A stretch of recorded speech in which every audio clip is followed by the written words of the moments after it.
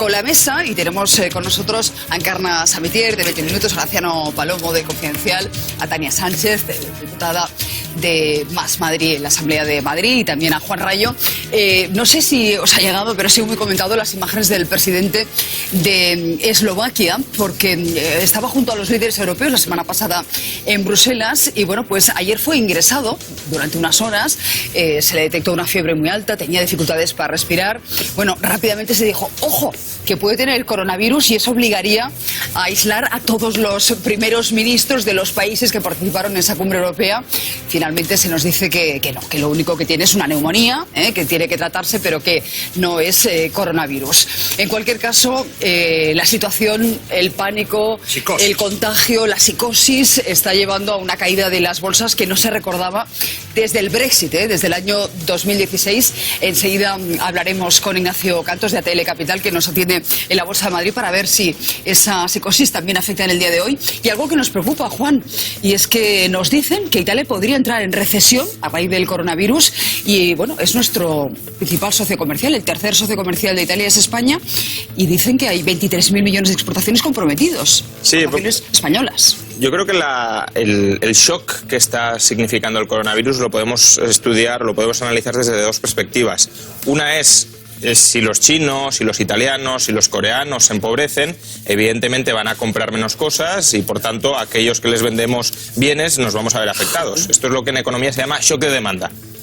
Hay menos renta y por tanto compramos menos. Pero es que también, y cada vez es más importante, lo que estamos viendo es que, claro, estas regiones afectadas por el coronavirus, China, Italia, Corea del Sur, son potencias manufactureras. Y si están en cuarentena, si la gente no va a trabajar porque no acude al centro de trabajo por motivos obvios, tampoco se produce. Y si no se produce, lo que tenemos ya no es un shock de demanda, es un shock de oferta. Se produce menos y por tanto bienes que son o pueden ser incluso esenciales no van a estar disponibles y vamos a tener problemas de abastecimiento y subidas de precios. De hecho, las zonas afectadas en Italia, en el norte de Italia, son cruciales en términos de producción. Lombardía, Véneto y Emilia-Romagna representan por sí solas el 40% del PIB de Italia y el 6% del PIB de la eurozona, Juan. Eso es. Sí, es que estamos hablando de la zona más productiva de Italia con diferencia. El norte de Italia siempre se ha dicho rico, el sur es más pobre, pero es que el norte es rico porque es un norte industrial.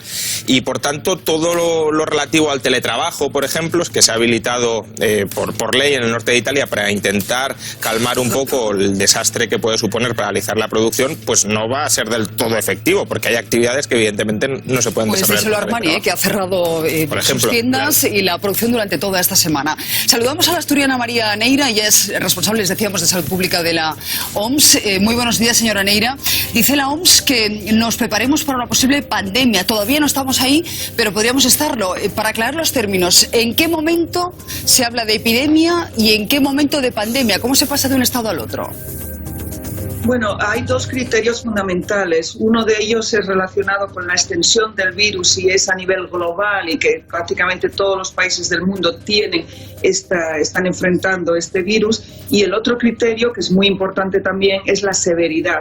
Por el momento, ninguno de esos dos criterios se da, porque la severidad que estamos viendo hasta ahora, la letalidad de este virus, está fuera de China entre un 0,7% y un 2%. Y por lo tanto, no es el momento de declarar la pandemia, como ayer muy bien se dijo en la rueda de prensa. Y con respecto a los países afectados, pues efectivamente son brotes localizados en algunos países, pero no hay esa extensión que requeriría el término de pandemia. Señora Neira, no sé si tiene usted información actualizada sobre ese caso detectado en Canarias. Hablamos de un médico italiano. El caso es que nos llega que los huéspedes del hospital de Costa Adeje ahora mismo están confinados. No se les deja ni entrar ni salir en el hotel. ¿Qué le parece a usted esta medida, digamos, preventiva? Bueno, tengo mucha confianza en las autoridades sanitarias españolas. Sé que hasta ahora han reaccionado de una manera muy eficiente, eficaz y proporcionada, y estoy segura de que será de nuevo el caso como hicieron en los dos contagios precedentes. El paciente efectivamente es un médico italiano que había estado probablemente en contacto con alguno de los casos y él mismo se identificó y fue al hospital para que le hicieran el test. Con lo cual, pues bueno, el protocolo está establecido por adelantado y se está ejecutando de la manera correcta. No se están realizando, según parece, controles en el aeropuerto de Madrid, en Barajas, a los pasajeros procedentes de Italia. ¿No es necesario hacerlos? No, efectivamente, bueno, yo misma viajé ayer en la mañana procedente de Roma. Hay millones de viajeros que se mueven todos los días. Habría que tener un protocolo de detección precoz en aquellos donde haya una sospecha de que podamos tener una respuesta eficaz. No resulta muy, en fin, son medidas que no tienen un efecto en el combatir o frenar el virus y sin embargo generan, como ha visto, unos desastres o efectos colaterales en la economía y en la sociedad que tendríamos que intentar evitarse dentro de lo posible. ¿Qué pudo fallar para que en Italia todavía no sepan quién es el paciente cero, el origen del virus? ¿Puede ser que acudiese a un hospital y fuese tratado pero no se le aplicase el protocolo? No, yo no hablaría de fallo. Yo creo que es muy difícil cuando hay un paciente asintomático, que probablemente haya sido un paciente asintomático el primer caso, con lo cual será muy difícil intentar llegar hasta esa persona, casi imposible, diría. Pero sí que se ha localizado ese primer caso, no el caso 0, pero el 1, y a través de esa persona que tenía los síntomas, pues aislar y detectar el círculo más próximo, como así se hizo. Y tengo que decir que están evolucionando bien los pacientes y que ojalá que podamos continuar con esta situación en la cual vale la pena repetirlo, ¿no? Que el 97% de las personas que están en contacto con el virus o que desarrollan sintomatología se curan. Y esto creo que es importante que la población lo sepa, ¿no? Es un dato importante, sin duda, queremos subrayarlo. El 97% de las personas que contraen el virus se curan, por tanto hay muchísima esperanza y la letalidad es muy baja, pero ¿podemos extraer algún patrón de cómo se ha comportado el virus en Lombardía? Se lo digo porque el 70% de los contagiados son hombres, el 30% restante mujeres, y los que sufren ahora mismo una situación más crítica tienen más de 65 años. ¿Por qué afecta más a los hombres que a las mujeres? Es un patrón, digamos, esperado, ¿no? No sorprendente en una enfermedad de vías respiratorias como es esta. Con respecto a la proporción por género, ahí hay todavía más estudios que hacer, pero con respecto a quiénes son los grupos más vulnerables, pues muy similar a lo que ocurre, por ejemplo, con la gripe, que son las personas de más edad y con patologías previas las que son más vulnerables, y como nos demuestran las muertes que hemos tenido que lamentar en Italia, personas ya con patologías previas bastante severas y que por eso, bueno, son los que han sido más afectados y más vulnerables. Los italianos, señora Neira, se preguntan por qué se ha propagado tan rápido el virus en Italia. Hay que recordar que se detectó el primer contagio el pasado viernes y lo que dice el gobierno es que se están haciendo muchas más pruebas en Italia que en otros países. De hecho, el primer ministro italiano dice que en Francia se habrían realizado 400 pruebas, mientras que en Italia se han hecho más de 4.000. ¿Es por eso?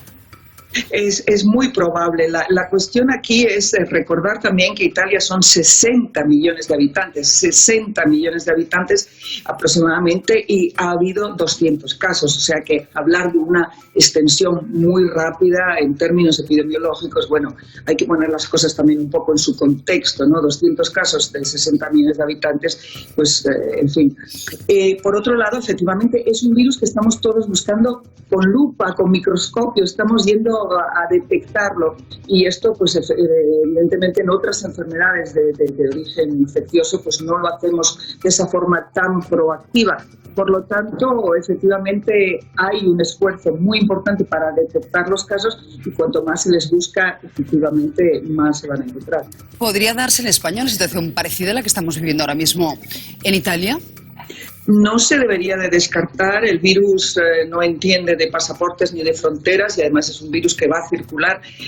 Lo que sí es verdad es que hay que saber que ese virus va a circular, pero de nuevo, 80% de las personas no van a desarrollar ningún síntoma. ningún síntoma, un 15% va a desarrollar síntomas y ese 97% va a recuperarse con un tratamiento y sin ningún tipo de secuelas.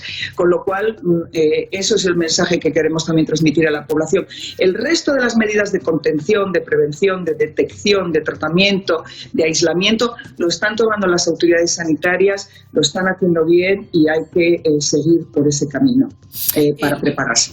El simple hecho de contener el virus durante unas semanas puede suponer un alivio. Es decir, cuando llegue el buen tiempo, ¿podría remitir la epidemia? Esa es una pregunta, efectivamente, la pregunta ahora mismo importantísima, ¿no? Si hay un patrón de estacionalidad, es decir, si este virus va a tener una relación con las condiciones meteorológicas, con el frío, como es el caso de la gripe, por ejemplo. Claro, tenemos que esperar todavía un tiempo más para contestar a esa pregunta. Podría indicarse que esa sería la vía. Lo digo porque nuestros colegas que están en este momento en Wuhan, en la provincia, y que han hecho un estudio exhaustivo a posteriori de los casos, de la sintomatología, del comportamiento clínico, nos han confirmado que efectivamente hay como una especie de plató, o sea, ya se llegó a una estabilización en el número de casos y empieza a haber una disminución. Con lo cual apuntaría a que en China efectivamente se ha tocado ese pico y que a partir de ahora podríamos empezar a ver una bajada en el número de casos. Si hay ese patrón estacional sería una buena noticia, desde luego. Señora Neira, ¿por qué los 27 no se ponen de acuerdo sobre la definición de los criterios clínicos para localizar los casos sospechosos? Lo digo porque ayer sabe usted que hubo una reunión de los ministros de Sanidad de los 27 y parece que ahí no se alcanzó un acuerdo, volverán a reunirse. ¿Qué problema hay a la hora de definir los criterios clínicos aplicados?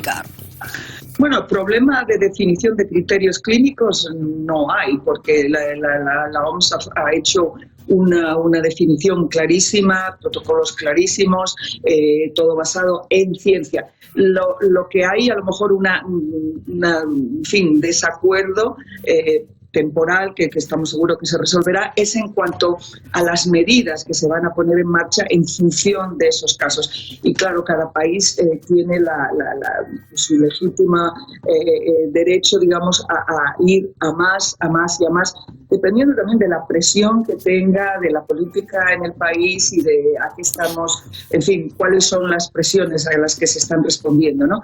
Entonces, pero ayer hubo una llamada precisamente a seguir los criterios basados en ciencia, como estamos llamando también desde la OMS, y basados en una proporcionalidad y racionalidad. Y dentro de lo posible evitar esa angustia que se está generando, ese sufrimiento. Muchas personas que están genuinamente preocupadas por esto que está pasando y no es de sorprender porque efectivamente ven unas imágenes dantescas y unas referencias a la Segunda Guerra Mundial y unas referencias a la Edad Media y francamente, bueno, no estamos ahí y si estuviéramos habría que hacer lo que hubiera que hacer, pero no es. La última pregunta se la hace Juan Rayo, economista. Hola, buenos días. Dado que tantas personas infectadas pueden ser asintomáticas y que no se están realizando test masivos a la población en Europa y ni siquiera en China tienen capacidad para testar a todas las personas potencialmente infectadas, ¿cómo podemos estar tan seguros de que las cifras en Europa son las que son y de que en China se están estabilizando? Sobre todo, otra pregunta al respecto es, ¿realmente son fiables los datos que nos está transmitiendo China o son datos que están siendo cocinados?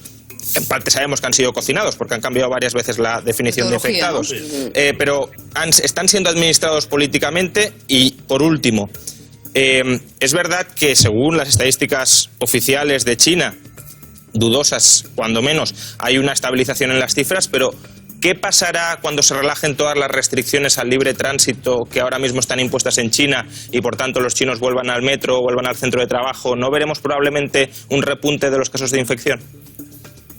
Son varias preguntas y se las agradezco todas. Como usted es economista, seguramente entiende perfectamente lo del denominador y el numerador. Es decir, ahora mismo efectivamente no sabemos, porque no se puede hacer un test a toda la población activa de un país, solo si tuviéramos ese test y que controláramos los 40 millones de españoles, podríamos decir cuántos casos, cuántas personas han estado en contacto con el virus, y entonces la mortalidad probablemente sería todavía muchísimo más baja.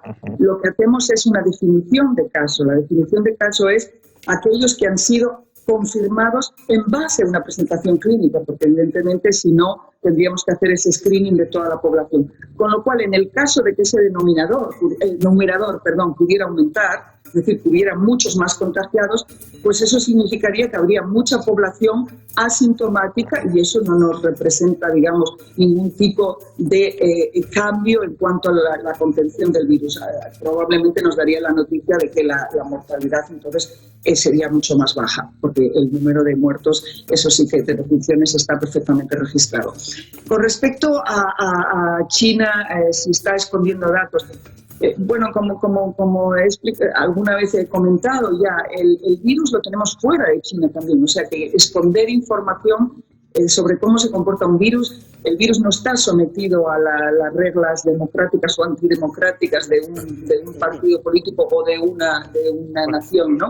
Con lo cual el virus nos está dando toda su información de forma muy libre, toda la que podemos alcanzar a saber, y eso independientemente de cómo son las cifras. Con respecto al cambio de definición de caso en China, yo sé que puede parecer visto así como una especie de cambio de criterio, pero no lo es. En un momento dado se decidió ir a más, es decir, solo con la presentación clínica sospechosa ya se les consideraba como casos, incluso sin tener esa confirmación de laboratorio. Y después, cuando se tuvo la confirmación de laboratorio, se dijo no, esos casos efectivamente eran negativos y por lo tanto los reducimos de nuestros números. Señora Neira, termino ya, pero ¿hay fecha para la vacuna? ¿Se atreve usted a ponerle algún plazo? Bueno, las vacunas son muy caras, eso tengo que decirlo. Desarrollar una vacuna requiere una inversión enorme. Hemos coordinado todo eso, armonizado para que no haya duplicación de esfuerzos, para convencer a laboratorios que inviertan para ese desarrollo. Si todo va bien, 15 a 18 meses son necesarios, sí. Pues claro, hay que tener muy en cuenta que es una época ahora, Juan, de planificación de viajes. Bueno, de ahí el castigo, por ejemplo, a las empresas turísticas, a las compañías aéreas, porque mucha gente está planificando sus viajes de Semana Santa ahora mismo, de verano. Sí, bueno, y también porque evidentemente se cancelan vuelos, incluso especialmente los dirigidos ahora a Italia, pero a China. Ayer United Airlines dijo que no iba a dar pronósticos de beneficios para este año, porque claro, todos sus vuelos a China se han cancelado, con lo cual esto supone un cambio muy, muy drástico para estas compañías, y también hemos de prepararnos, si no se despejan del todo los miedos, para que el turismo, la temporada turística en España no sea ni mucho menos tan buena como se había anticipado anteriormente o como fue años veremos anteriores. qué pasa en Canarias, por ejemplo, ¿no? Porque al final, oye, es un médico italiano el que ha traído el virus, pero la gente no discrimina y piensa, sí, hombre, bueno, a ver, si se caso en España, si se quedan en 3 casos en España, probablemente no suceda nada, pero es que también tenemos que estar abiertos, y lo hemos escuchado antes en la entrevista, a que algo parecido a lo de Italia se reproduzca en España. Y desde luego, si en España pasara algo similar a lo de Italia, el turismo va a sufrir muchísimo en este país. Depende también. Ha empezado el Consejo de Ministros, que tiene que aprobar una reforma de la ley de la cadena alimentaria, y yo no sé qué esperanzas tienes, Juan, en esa reforma que se supone tiene que apaciguar el campo, ¿eh? Hay ahora mismo, en fin, mucha expectación, porque dice el ministro Planas que no se pueden fijar unos precios mínimos, que eso no es concebible, pero sí que se puede poner en valor la producción para que no tengan que vender a pérdidas.